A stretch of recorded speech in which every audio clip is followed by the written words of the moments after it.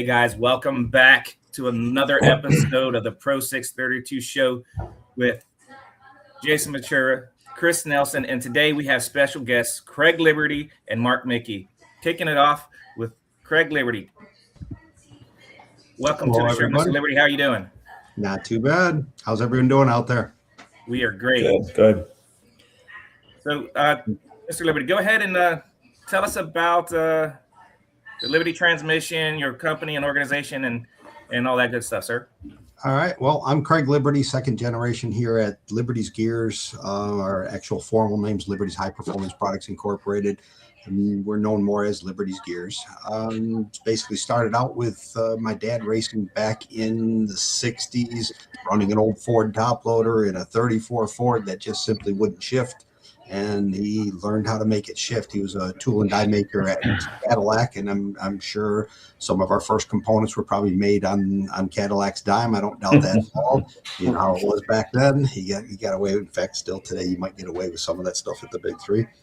But so he made his Ford top loader shift, and in a way that people thought he had an automatic in the car. So that was our very first stuff. In fact, our logo today is still this Liberty's Gears logo, the ring around the outside of it. That is our original pro ring that started the company. From that point, a lot of people asked him to update transmissions and make their shift like his, and he decided to leave Cadillac and start Liberty's Gears. Later on, decided there must be a better way to do this. Let's make a clutchless transmission. So this was a clutch-assisted version. He made a clutchless transmission, and that's what got us to our dual countershaft transmission. Ultimately, it started out as a Chrysler 833 transmission, and which is a Chrysler Hemi box. And not a real Monday mornings were kind of hell in here. A lot of breakage over the weekend. So he came up with the dual countershaft design, and that's what started it back early 70s. From there, we just worked on perfecting our dual countershaft trans. I'm fortunate enough to have my daughter, Nicole. Some of you, or a lot of you may know, she's going to be third generation taking over the company eventually. It's a little ways down the road. So we hope. Who knows? It could be tonight on my way home. You never know. But I hope to be like that. Yeah, you never know. That's key, right? Making sure the next generations are ready to take on your legacy in this amazing transmission that you got, sir. Yep. That is definitely key. I'm fortunate enough to have a third generation interested. I've got two daughters. One of them decided to go into the medical field, and the other one decided to follow my dad's and my footsteps. And she went to U of M for mechanical engineering, and she's the technical engineer around here. Me, I'm street smarts, and that's about it. She's got the degree to back it up. So she has a degree to run the CNC machine and make it look pretty awesome. Yeah. So I'm not sure what happened to Chris on this, but he did have some talking notes and questions. So one of the questions was he wanted to talk I'll give me a second outside of ratio and streaming. Hey, you know what? He just popped back in, so let's bring him back online. All right. There you are, Chris. Yeah, so Chris, you're back. I love the story about the family-owned business. That's really awesome, and it sounds like your daughter's now third generation in the business. Let's talk a little bit about the performance of your transmission outside of just strictly gear ratio selection, and having 400. It's gonna keep doing that with him.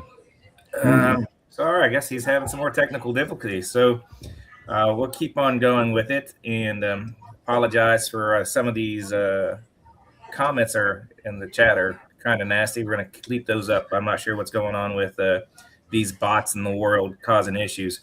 But one of the questions was, let's talk about performance outside of gear ratio selections and multiple gears. What are your thoughts on that, sir? As far as, gear ratios are the biggest advantage we really have. Outside of that, we're a gear-to-gear transmission. So we're just pretty simple. You got horsepower in, multiply the torque by gear ratio, and it goes out the back of the transmission. That's pretty simple as far as my functionality. You've got a choice of putting a clutch in front of it or a torque converter. Torque converter for 632 seems to be the power flow of choice. So that brings a whole new dynamic that really, as much as it is our transmission behind it, there's a lot to the torque converter and the tuning there. So we get to help with ratios, but and that's about the biggest advantage we have over, say, Turbo 400. But everybody knows that we have hundreds of ratios. Turbo 400 has as many, but outside of that, it's just a gear-to-gear transmission where they're a fluid drive, and that's it. Just a different way of skinning the cat. So I looked at your gear chart today, and excuse my ignorance, you had like a list of gear ratios, but there was a thing called, is it saying this right? Gearhead? Headsets. Headsets. Now, when you look at that, what's the difference between the headsets? Headsets are just different tooth counts. So you have an input gear, power comes in, the input shaft transfers over to the cluster gear, what we call the drivers of the cluster. Then when you select a gear, whatever gear you pick, first, second, third, whatever you want, the horsepower now goes from that cluster shaft back to the main shaft and out the back of the trans. Both of those, the headset input to headset generates a ratio. Then the cluster back to the speed gear generates another ratio. Those two ratios multiply together to give you your final output ratio. So you can change just the headset, and it gets you, you move first, second, and in a 4-speed, you would move first, second, and third gear up or down, all three of them the same percentage. Or you can change just first gear, leave your second and third how they are. Again, we're talking in a 4-speed and a 3-speed. If you change the headset, you're only changing first and second gear. Gotcha. It was, when I looked at it, it was pretty intricate. When I was looking at the chart today, I was like, good Lord, I'd be lost in this thing. I need help. It can be overwhelming. Yeah, Turbo 400, we got, you buy a planetary set and that's it. That's what we got is what we got. We play with stators, and that's all. Stators. Mm-hmm. Lots of stators. Yes, sir. So we do feel from a mechanical standpoint and an efficiency standpoint, we have a very, very efficient transmission. Way back, Bob Glidden just kind of reversing numbers, felt that we were 99.9% efficient, where he felt his Lenko, I think, was 97.8 or something like that. So he did feel we were about 2% more efficient than a Lenko. Again, we're not talking Lenko here, but still, that was Bob Glidden way back in the day. That's when Pro Stock first changed over. It was actually before they changed over to the Liberties. About 5 years before they changed over, we went down testing with him down in Texas. I think I was late teens at the time. That goes back a little ways. Right. So let's talk about the parasitic loss that your transmission actually has less of, obviously. Mm-hmm. Parasitic loss, we have virtually zero, just because of the fact that, like, if you were at, say, PRI, you had a chance to just take one of my transmissions. They're wide open. You can look, everything inside of them is turning. You can spin the input and it just coasts down to, 4 RPM, but it takes a while for it to coast down. That's just because it just simply has very little loss. The reason for it is you have a counter shaft on each side of the main shaft, so it's what we call a dual counter shaft transmission. It's a very efficient way to generate horsepower. The main shaft gear cannot actually separate from a cluster because you have the other cluster keeping it right on the center of the main shaft. The odd part a lot of people don't realize is our main shaft gears have about 30 thousandths clearance to the main shaft with no needle bearings, no bushings. They're literally floating on air because they want to be between the two cluster shafts. And as long as that wants to stay in there, you have pretty much zero friction. When I was a kid, I used to rebuild Road Ranger transmissions in the big trucks, 10 speeds. And when I was at PRI, like you said, all the transmissions were open, and I look at that and I'm like, that gives me a headache when I look in there, because that's what I remember, right? These big bulky transmissions as I worked on as a kid, but basically works almost on the same principle. Obviously, in the Road Rangers, we didn't have no reason to change gear ratios inside of it, but they spun very, very freely, like yours does. Yep. Now, how does I know you don't know the exact weight of it, but what do you think the weight difference is between a Liberty and a 400? The problem I have is we build the transmission. I know what the transmissions weigh. That I have data on. What I don't know actually is what a drive weighs. I've lifted them in and out of cars plenty of times, so I can guesstimate what a drive weighs. And the converter, actually, Mark can tell you in a little while what the converter weighs. But a converter is going to be a constant, so that one really doesn't matter. The bell housing is going to be roughly a constant. That one really doesn't matter. Our transmission in, say, a 3-speed version, you're right around 92 pounds. But the drive unit is what pushes it over the weight of a Turbo 400. So, I mean, I've got people that tell me that somebody just flashed up that a Turbo 400's, 60 pounds heavier.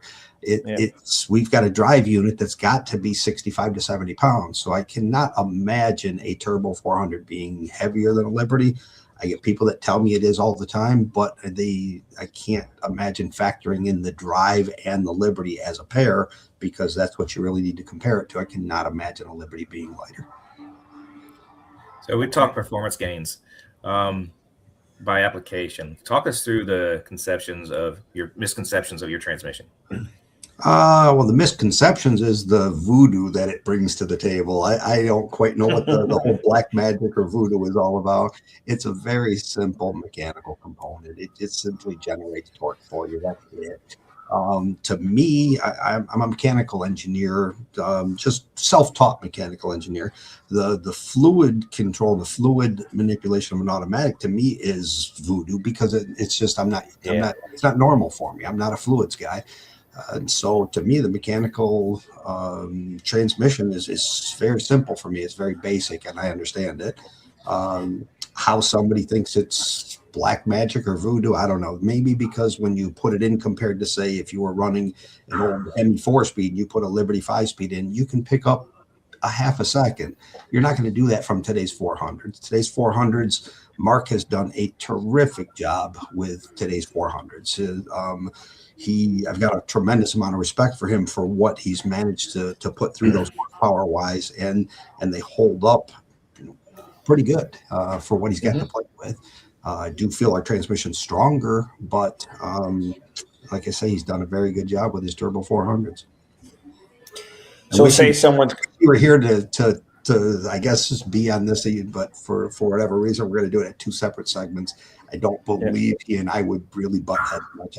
Like I say, I have a tremendous amount of respect for him. I don't think it's about button heads, sir. It's more of, we only have so much space within the screen, and, want to get one side versus the other side for the conversation piece. Okay. We can keep you on, and we bring you on at the end, so we can all have a conversation as we continue on. Any closing thoughts, sir? Chris, do you have any more? If you stay on. No, I want to extend the thank you for the support of the category and all you've done to kind of in your company and its 3 generations to kind of push drag racing forward. I'm all for progress. I think you guys have really made your mark on the progress of drag racing. So thank you. Well, thank you. We really appreciate the support we have from the racers. PDR has been very good for us. 632, there's definitely more automatics than Liberties, but that's fine. We're working on stealing some of those away if we can. Try to make some believers. Yeah. Well, thank you very much, sir, for your time. If anybody has questions for Craig towards the end of the show, we'll pop them up. If he has time still, we'll ask him to answer those questions. But right now, we're going to bring on Mr. Mark Micke. Thank you, Craig. Thank you. Hey, Mark. You're muted. Mark's muted? Yeah. There you go. All right. There you go. Can you hear me now? Yes, sir. All right. Sorry, hit the wrong button. So, what's up, guys? So, Mark, give us a little background about the history of M&M. do what now? I'm sorry, I didn't pick up on that, Chris. So, give us a little history on M&M transmissions and where you started versus we all know where you are today. you know what? We started actually. We're going to be 30 years this year. Started in '96.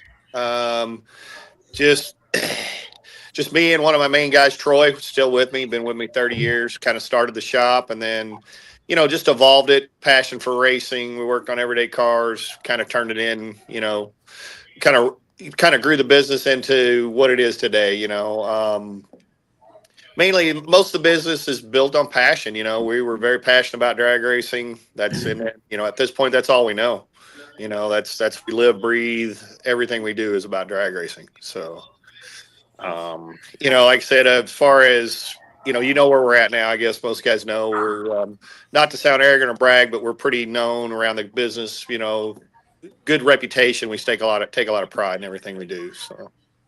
So obviously, one of your first projects with the Turbo 400 was to make it durable, and obviously that's been checked off the list. What have you guys done recently from a performance aspect?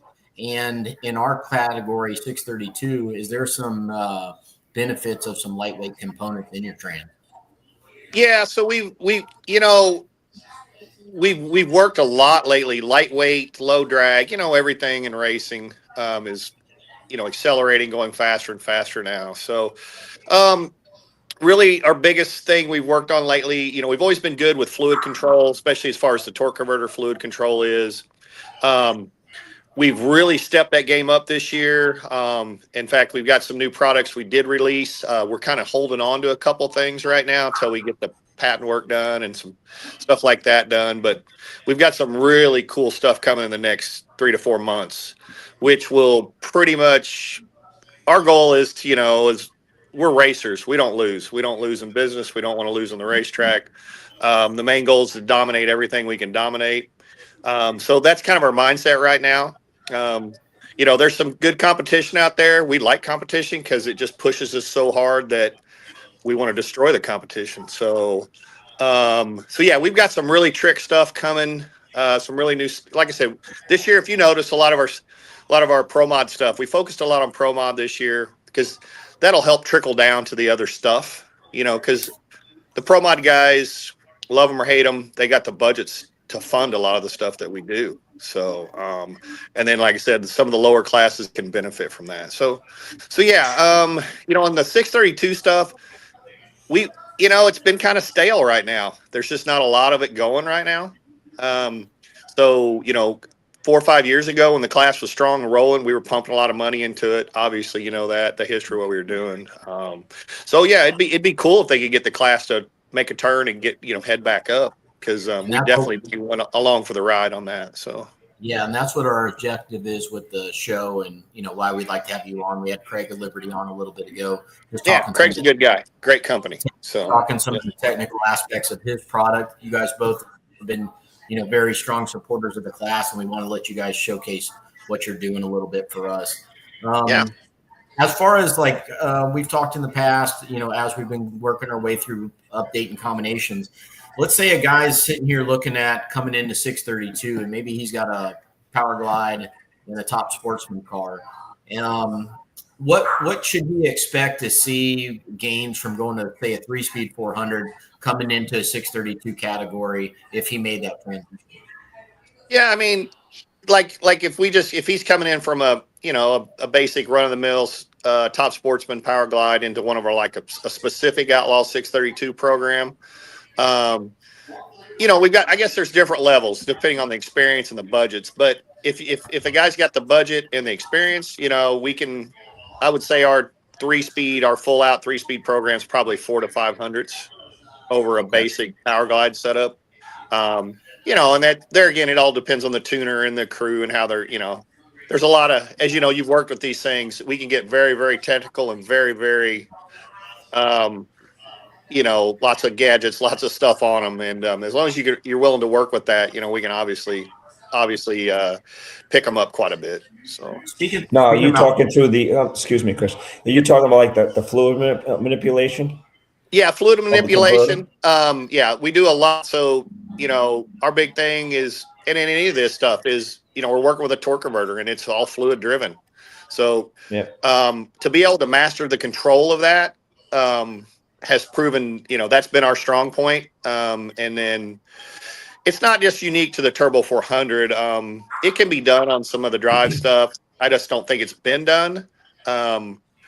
we've got a really big deal coming for the drive stuff coming. I'm telling you, it's going to be a game changer for the drive stuff. So, but yeah. So I mean, it almost sounds like there might be do what? Almost sounds like there might be a opportunity for Mark, Micke, Craig Liberty complementing each other's products there. Yeah, I think it's in the works. So yeah, it's been going for a while.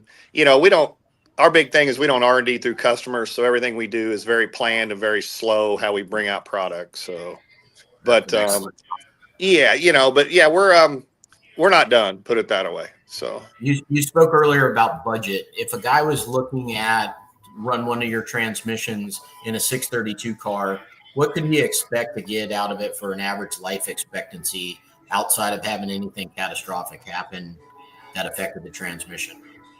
So if everything's right and, you know, barring normal race car crap, you know, can happen, anything can fail. But most of our guys, we put them on a season. You know, like if you buy one of an Outlaw 632 specific program for us, we just recommend you send it back over the winter because there's always updates, you know, update them, that type. But normally the 632 cars, they don't, how do I put it? The parts are kind of on vacation in those cars right now. So even our lightweight stuff. So yeah, I would say an average, a 200 run deal, which is probably more than a season for most guys. So yeah, about 2. Yeah. About 2 seasons for us. Yeah, there you go. So yeah, and everybody's different. We try and do that back in the winter because they're always like this racing game is constantly evolving. So the product we have out today is better than the product we had out yesterday. You know, I mean, so it's constantly evolving. So I tell my guys, if you want to run up front, you need to send the stuff back because there's going to be a change that we've done or we've figured out. So. Okay. I mean, I was just looking at as we study the rules. Go ahead. Go ahead, Chris. I was going to say, as we study the rule package, and there's some weight break tiers in there for 2-speed, 3-speed, and things of that nature.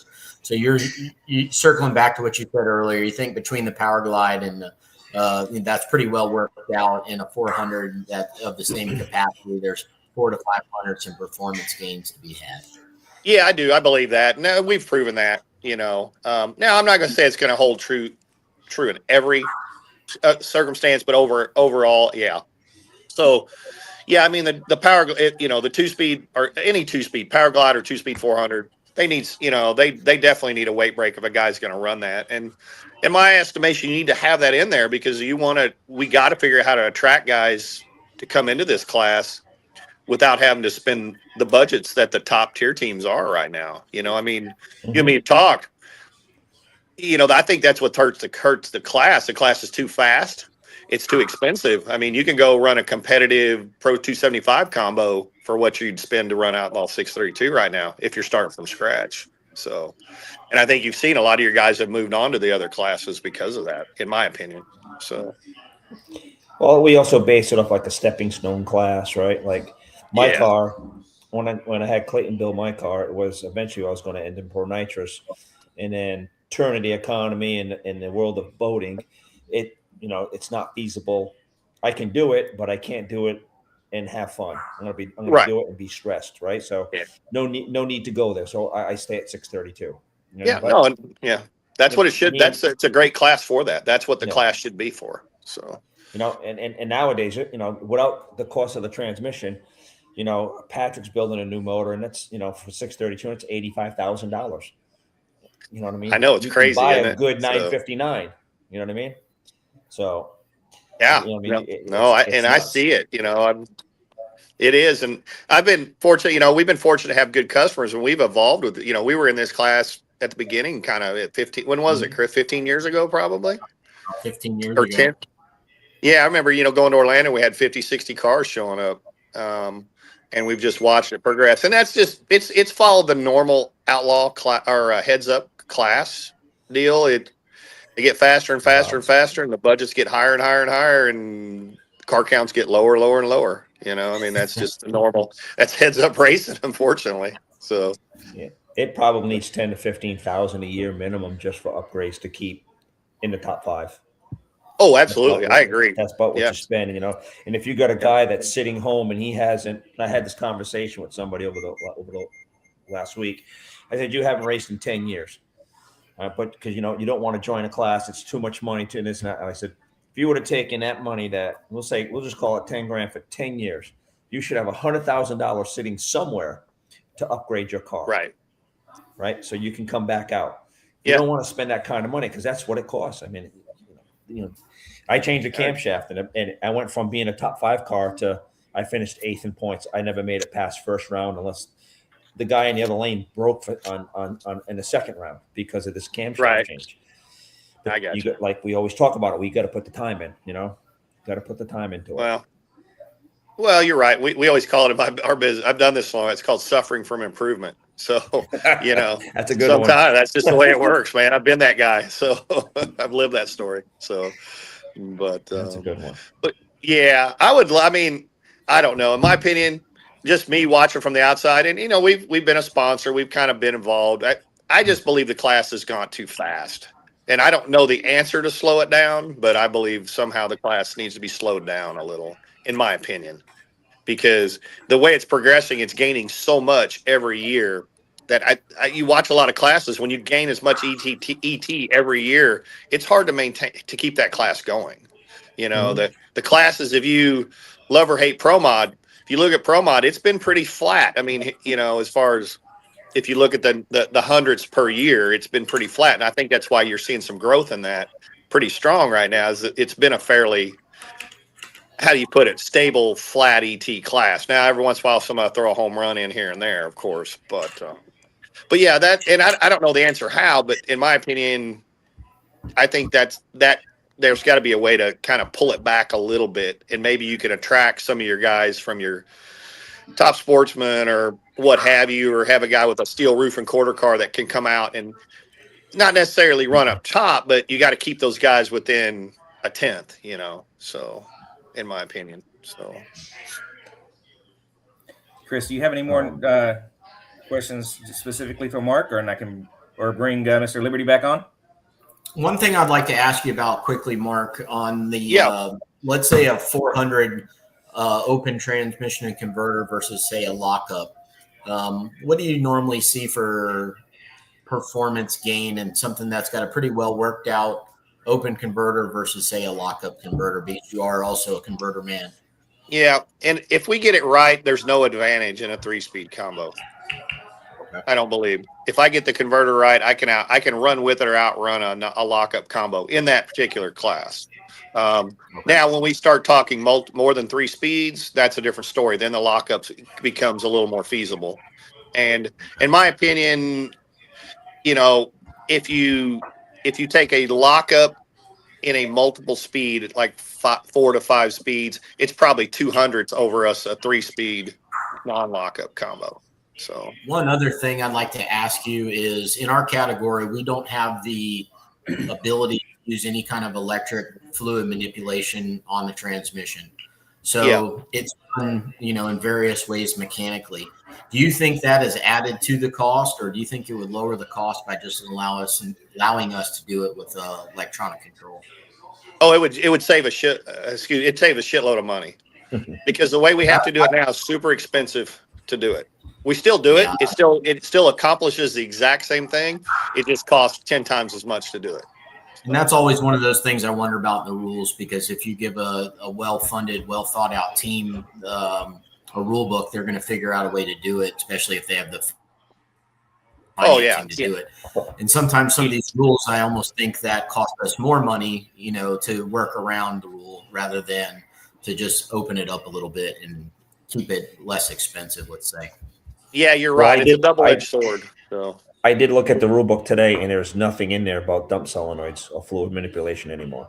Oh, it's gone. Okay, see, I wasn't aware it was gone. So nor was I. They just let it trail. And I thought, listen, guys, I thought I was retarded, so I called up Matt and I go, look at the rules. And he went and looked at the rules, and Matt goes, yeah, it doesn't say nothing about fluid manipulation. Huh, I wonder when that went away. So I'm sure they forgot to put it. I can't imagine why they wouldn't let us know. Yeah, right. Well, that happens in a lot of rules. So, it's just got overtaken. Yeah. Yeah. So yeah, I mean, I don't, like I said, I don't know. I don't know the answer to the whole thing. I mean, I just wish it could get back. I mean, it was a good class for me. Me and Chris have talked. We both benefited financially from the class. Our business has done well in those classes, but now, we were able to pump money back into it. We supported PDRA. We sponsored the class for a whole season. But then when the participation fell off, there's just, for a guy like me, if you got to look at a business to attract a business to come and support that, I have to be able to try, not guarantee, but try and gain potential customers. Okay. But when you bring that group so small that I'm not going to gain any potential, I don't have the ability to gain potential customers by supporting that class, I'm not going to support it, if that makes sense, because we just can't, as a business owner, and I'm sure Craig sponsors too, we can't just throw money into it. We do, obviously, if we're passionate about it, but at the end of the day, if it's a business decision, there has to be a payoff for us to get involved. So, and that's why I think 632 is really attractive to maybe say a guy like Craig's company, because if this was NHRA Pro Stock, the market's already saturated. What is there yes, to gain by sponsoring that? However, exactly. There's some guys that you can turn or attract, or rules that are moving around too much, in my opinion, but that you could draw some guys in. So supporting a class like ours has been paramount, hopefully, for his company as well. Yeah, absolutely. No, yeah, you get it. Yeah, that's it. Plus, some of it is, if you're racing in it too, that gives you a little bit more, passion for it too. Like us with Pro Mod, we put a bunch in a Pro Mod because it's great for our business, but it's also part of our passion too. So. Well, and then you can test those parts yourself rather than test them with customers, like you said earlier. Well, yeah, exactly. That's one benefit for us, is be able to test our own products. So, but so like I said, I don't know the answer. I hope it works out. And I hope they can get the car counts up, because I love the class. I really do. It's a great class. So, well, that's why we're all here, trying to rejuvenate the class somewhat. And we want to extend a thank you for your support, past and present. Yeah, no, like I said, I would love to be involved if we could get this thing steered and get it headed back up. I think that's a plus for everybody. So, well, we do have back on the screen. I'm assuming I can talk and you can hear me. So, hi, Mark. How you doing? Hey, good. How you doing, Craig? Not too bad. I appreciate the converter you got me this year. It helped out a bunch. It was a nice addition to our performance package. So, thank you. Yeah, good. No, yeah, we love working with people like you. We love that. Yeah, no, it's like I said, it's good to have you guys involved. Putting the money in, that really, I'm sure a lot of guys appreciate that. So, and like I said, hopefully, I don't know. I mean, obviously PDRA. I don't know. Are there any other avenues for 632? Has anybody talked? There are other series, other places to go? It sounds like IHRA is staying away from it. I don't know if it's a courtesy thing to PDRA. That's the rumor. Yes. So they're staying away from all nitro stuff. So that okay. kind of hurts a little bit, but who knows how long that's going to be for. So right now, what I had learned, excuse me, guys, what I had learned when we were in PRI was basically IHRA is leasing the track from VMP for 2 years, a 2-year lease. Okay. And in that 2-year lease, they cannot have Pro Nitrous cars, Pro Street, or Pro 632. That makes sense. Okay. That makes sense. So, well, it does, and then, usually when we'll leave PRI, it'll be like 2 or 3 people saying they're going to come. Well, this time I think it's 8 new people may come. Wow. To 632. That would be nice. 4 of them are Mopar guys, believe it or not, with wedge heads. And which I have a Mopar 632 customer. Yeah. So, yeah. Okay. So, you'll probably have 3 of his friends soon too. Good. I hope so. Yeah. And then another one was actually JC Beatty gave us what was his name? One of his clients. Yeah. And this guy was a top sportsman guy who cannot drive the stripe on the top end. So he basically says, I just want to drive it out the back and call it a day. That's Andrew Spurback. He supposedly is coming over to 632. And then Ed McLemore has 3 of those Ford packages coming over also. Really? Okay. Well, that's good news. That's good to hear. So so if we get a quarter of it, a half of it, I'll be happy. 2 cars would be good. Ed said he's got 3 customers coming with Fords. So, and then I know Calvin sold his car turnkey to, he didn't say the man's last name, but Billy. And I guess Cameron's going to be a new upcoming driver in that car. So that leaves that car staying. We're not losing that one. Good. And Chris, if I'm wrong, say I'm wrong. Brian Kloss is potentially putting a motor in the Ford to come stay in 632 with a Liberty. So Brian bought the ex-Doug Nickel Haas Mustang, and he's making all of his best effort to come back out and run that with a clutch. So, oh wow, it'll be exciting as well. It's just kind of been a lifelong passion of his to drive a clutch-assisted car, and he just wants to come out and have fun. Which I think what more people should look at this as fun and not get so, maybe hung up over if they're the number one guy or not. And we bumped into Vinny LaRosa, blast from the past. Yeah, Vinny and the Duster. Yeah. Yeah, Feather Duster will be making a re-debut in 2026. That's good to hear. That was always a cool car to have. So. Yep. So it's Calvin just chimed in. It's Billy Gibson Motorsports who bought his car. Excellent. So we hate to see Calvin go. Retain the car for sure. Heck yeah, that's good. So so Craig, are you sponsored for the class this year? No, we sponsored with PDRA, but a different class. Okay, gotcha. I never wanted to sponsor a class that I run. It just seems like a conflict of interest, and people think maybe there's favoritism with rules and things like that. So I try not to sponsor the class. Smart man. So gotcha. Hey, that's what I said when you came on as a sponsor. This guy's sponsoring, he's racing the class. This is bad. This is not going to end well for all of us. Yeah, I get it. I mean, but hey, you gotta I don't know. We sponsor a lot of pro mod stuff, and we stay out of the rule pack. When it comes to pro mod, we stay hands off. We just stay away. So we just show up. So. Jason, I want to know how you get by on $10,000 or $15,000 worth of enhancements and improvements. By the way, say, damn! I can't believe you said that. I got a really good engine builder. He hits every truck stop on the way to the race. Trust me. Yeah, I was gonna say, man, you must be because. Well, no, listen. At the end of the day, I got a good sponsor, so that's probably all I got to pay out of my pocket. Oh, there you go. Yeah, there you go. Procom ZLS has been very good to 632 and Gladiator X Racing. Wayne Kacher is phenomenal as a sponsor for me and family. Actually, his daughter at the moment packs my parachutes, so that's a good thing. I think she wants to keep me around because they keep opening up. But I will. I do have an older Top Sportsman car from back in the late '90s that we're gonna refurb and put her in it. It's got a 598 in it, and she will bracket bash that car. Nice. I don't know if it's going to be this season or mid-season, but it's coming. We started working on the car already for her. So I mean, hey guys, I got something. Go ahead, Chris. I got something I want to bring up just to kind of stir up some of the comments and maybe hear somebody's responses. As racers and heads-up racers, we know the expense, and we always get real hyped up on what the payout is, which is a double-edged sword, like Mark used earlier. I'm of the opinion, I want to see what some other people think of, let's try to add some money into the category, but let's try to pay out deeper rather than just pay out the top spot. I think paying out the top spot with more money, it's great for advertising, but you got to be careful what you wish for. You're going to start attracting maybe a crowd that you don't want. But if we could pay out deeper, or maybe a first-round loser goes home with some gas money or something like that, that's what I'd really like to see happen personally, to build this up into something bigger and keep guys coming back out trying to get their way in. Any thoughts?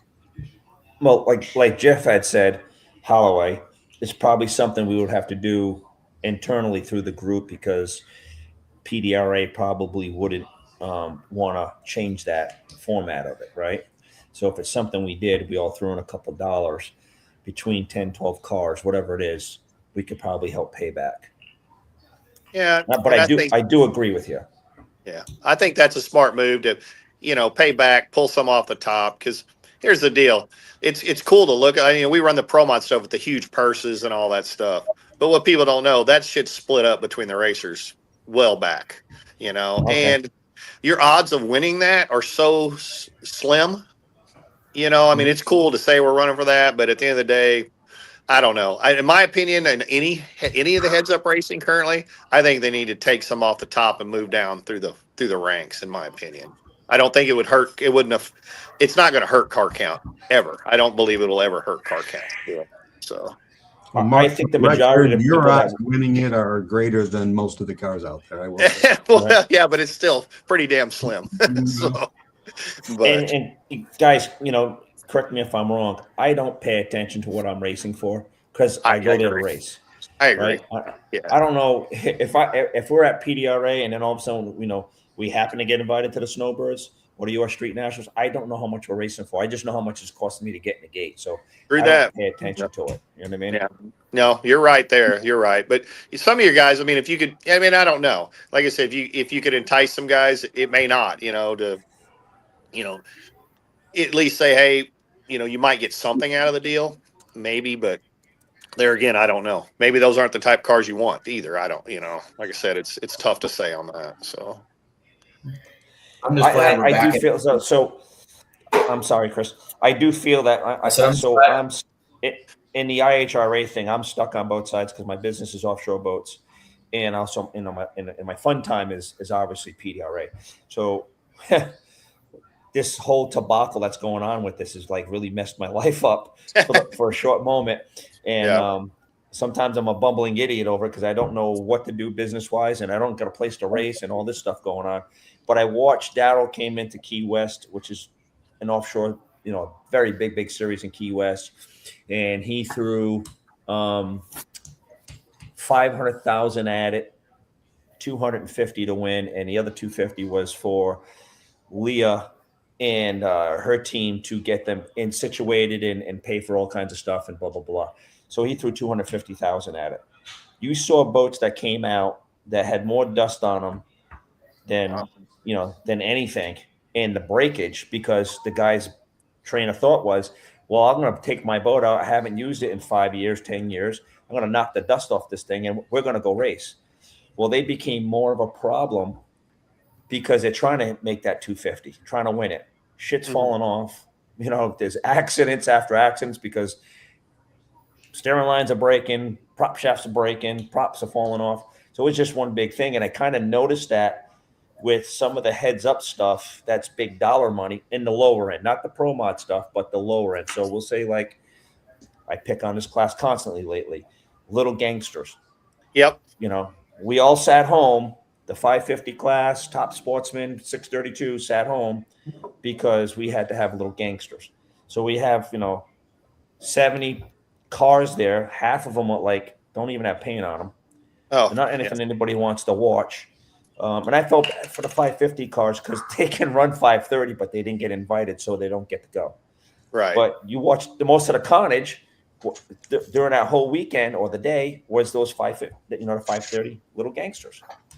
And I think the big dollar number kind of ruins it, so to speak, for the good racer, the guy that's putting the time in, got a quality car, got a quality piece. He's up on top of all this stuff, and he just wants to race. So I'm not a big fan of the big payout numbers. I won't chase a payout. It doesn't just right. Never have and I never will. Not just that, but everybody. That's just my mentality. I'll race shopping carts against, Crag or Mark in the middle of Walmart parking lot, for $5. I'm that guy. Well, yeah. I'm your Huckleberry. You know what I mean? Yeah. Well, and that's how we look. I've done it for so long that, the payout. Like I'm like you, the payouts. I never even think about the payout. It's just if you get it, great.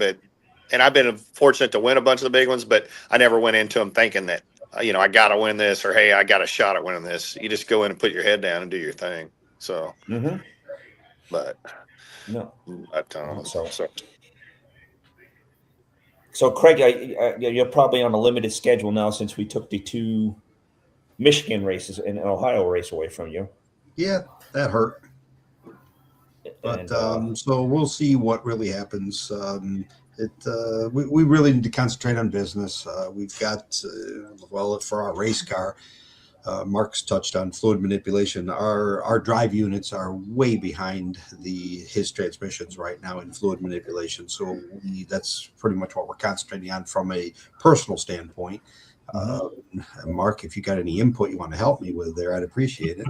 Well, I have a cure coming for that. I promise you, it's coming. So speed it up a little. I heard about that about a year ago, and I'm kind of hoping it showed up. But it's coming. Trust me, it's coming. It's gonna. It's like I said. It's we don't let nothing out till it's been like beat to death on our own.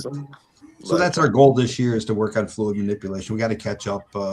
We were number one qualifier in Bristol this year, and there was a rain day. It rained out, and when we came back for the rain date, there was one car that just picked up a bunch, like 400s, and the only thing I can picture is probably fluid manipulation that they came across. I really doubt it was a fresh motor back in Bristol, and before Bristol actually wasn't freshened up in between, and all of a sudden here we are 300s behind them instead of 100 in front of them. And that was a bunch. That was a huge number. And then later in the season, a couple more races later, or the very next race, there were another 2 more automatics that passed us up a bunch. It's pretty logical. We need to work on our fluid manipulation that we don't have. Right. So we'll get it. Yeah, and that's where all the big gains from. We made a lot of strides in 2025 with that. So yeah. So we'll get it. We'll be there. So the only reason we may travel down, and we have to, I mean, we want to support PDRA unquestionably. How many of the races we can go to, I don't know, but we really need to get the car performing better. And we think there is a good 300 to 400s for us to gain there. And if we can pick up 3 to 4, we go from the bottom half of the field, possibly right to the top of the field. Absolutely. We don't have it, so we're going to get it. Okay. I think I mentioned Nicole with her degree. We're going to try to put that thing to work and see what she learned.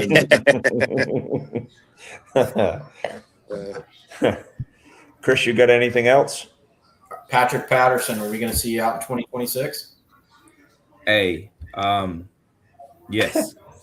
The answer is yes. The short answer. I'm yes. gonna put James on the spot. He'll provide transport. He's a lot lizard and hits all the truck stops on the way up, so you can hop in and hitchhike with him. All right. Yeah. There's still a lot to do with the Public Guinea Camaro. We still got to get the engine running. A lot of fine tuning and testing to hit the track. So 98 days. Like there's going to be a lot of cars coming in for the first race. I hope Liberty's there beating us up, us automatic guys. Shifting gears be awesome. Gentlemen, do y'all have anything else for anybody? Let's not just rely on new cars coming in. Let's try to get some of the old cars to come back out. All of them. Yeah. Yes. Hello. So there's probably 4 or 5 of them that are out there that are sitting that people don't think they're competitive. No, I got a list. I'm gonna start putting it out there here soon. Gentlemen, I don't know. I'm lost, you guys. Sorry. So, gentlemen, I just want to thank you for your time joining us tonight. Yep. Greatly appreciate it. I know your time is extremely valuable. You could be re-engineering some fluid dynamics or whatever at this time, but you spent your time with us, and we greatly appreciate it and value it. We wish you a very merry and happy holidays. This will be our last show for the year of 2025. Our next show will be January 7th of 2026. Wednesdays just happen to be the holidays. So with that, we thank you and wish you all a merry and happy holidays. all right. Merry Christmas, guys. Merry Christmas, everyone. See you all next year. Yes, sir. Thank Good you. talking to you guys. Thank See you. ya. Bye-bye. Bye.